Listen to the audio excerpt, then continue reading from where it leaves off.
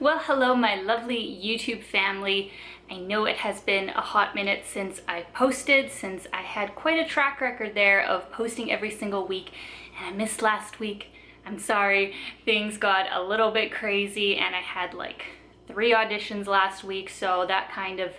had to be in the front of everything, and I had to just realize that I can't do everything. There are not more than 24 hours in a day. But having said that, I actually took some time last week as well to really think about what I want to do with this channel and the kind of content that I want to be creating right now. And I really came to the conclusion that more psychology and self-development and just talking about some of my own personal experiences on topics like mental health and just like following your dreams, that kind of thing. That's really where my heart is right now, and that's really the kind of content and inspiration that keeps coming to me. So I hope you guys will be just as excited about the content that I'll be creating as I am, because it is topics that mean a lot to me and that have really,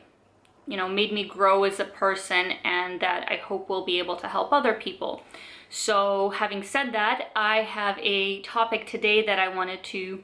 share with you guys, which is how to not care about what people think. So if you guys have been watching my videos for quite some time, you'll know that I am an overall out-of-the-box thinking type of person, and that in many ways I was pretty fortunate growing up that I didn't have that restrictive of a childhood, being in an environment where I was really like told what I had to do, had like very strong, judgmental influences from my parents, and especially with my dad, as I've probably told you guys, he basically, as long as I was staying out of trouble, let me do anything I wanted. He let me like skip school, and he really made me feel like my opinion and what I wanted to do with my life was my choice, which, to be honest, I feel like every parent should try and kind of emphasize more for their child. At the end of the day, I think it's pretty messed up if you're having children for the sole sake of making yourself look a certain way, which I know many parents would never admit to, but if you actually look closer at their behavior, that's what they're doing. Anytime you make your kid feel like what they want to do and how they feel isn't important because you don't like the way it reflects on you, like, I'm sorry, but that's being a bit of a selfish parent. We all do it in many different ways, but I'm just saying this to kind of hold up a mirror. Overall, I was quite supported in my ideas of, what I wanted to be and, how I felt about the world. And that foundation, I think, really helped me be able to not only stand up for myself when I had experiences that went otherwise, or if people ever, tried to make me feel bad about myself or imply that I wasn't good enough or that my ideas were crazy and whatnot. But that's not to say that obviously I did have those kinds of influences as well, and many times I did bend to other people's expectations and felt that I was inferior or inadequate. And it's interesting because looking back now at those experiences, I think I actually became the largest mirror that made myself feel those ways. But what I was actually also doing was taking other people's opinions or,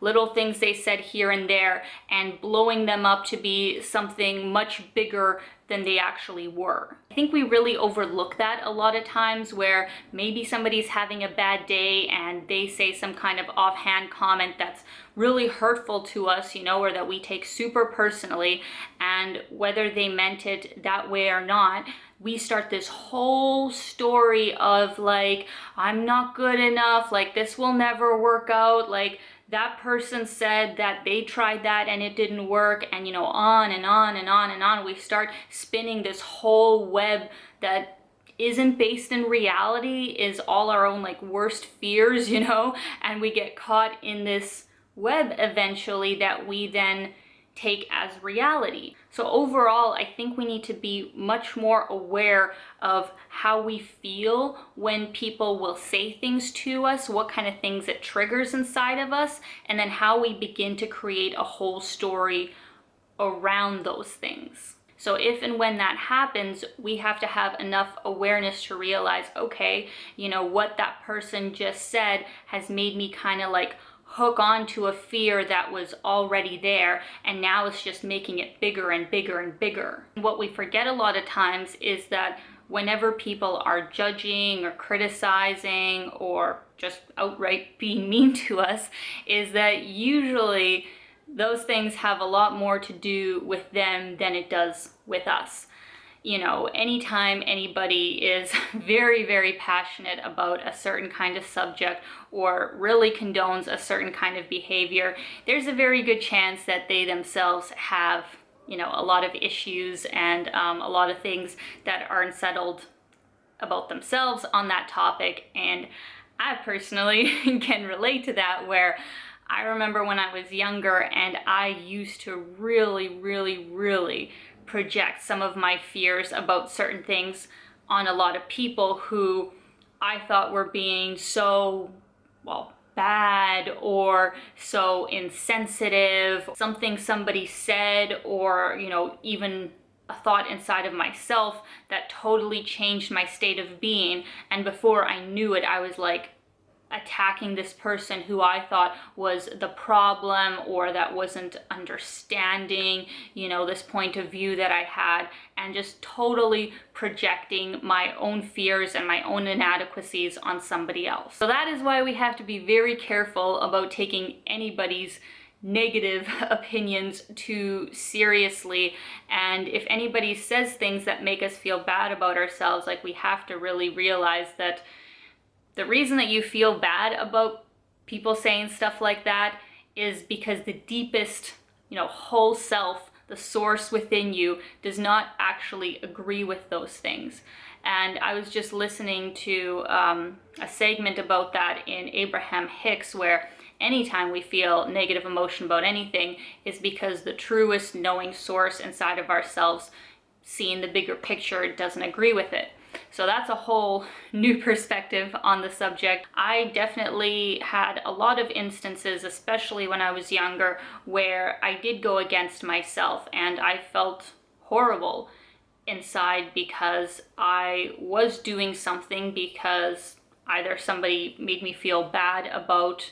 what I was doing and made me feel like I should do something else, or if I was trying to make a relationship, better by doing what somebody else told me to do. But at the end of the day, I didn't feel good about those decisions. They didn't feel right. And what ended up happening basically every single time is that I would resentfully do these things, feel horrible, and then bring that horrible feeling into my relationships, and then continue to blame the person who insisted that I do whatever it is they wanted me to do. And at the end of the day, I also realized that even if I didn't bring that bad feeling into the relationship having done that thing, what I did still usually did not make that person happy, because anytime that we are looking for outside gratification and for other people to make us happy, that is never a long-term strategy for our own happiness and success. Only we can make ourselves happy, and we have to realize that that is an inside job. We can't expect people around us to bend and change themselves so that we feel better when we're around them. If you look after your own happiness and your own vibration, you will attract people who will be much more aligned to you, and that you won't have to ask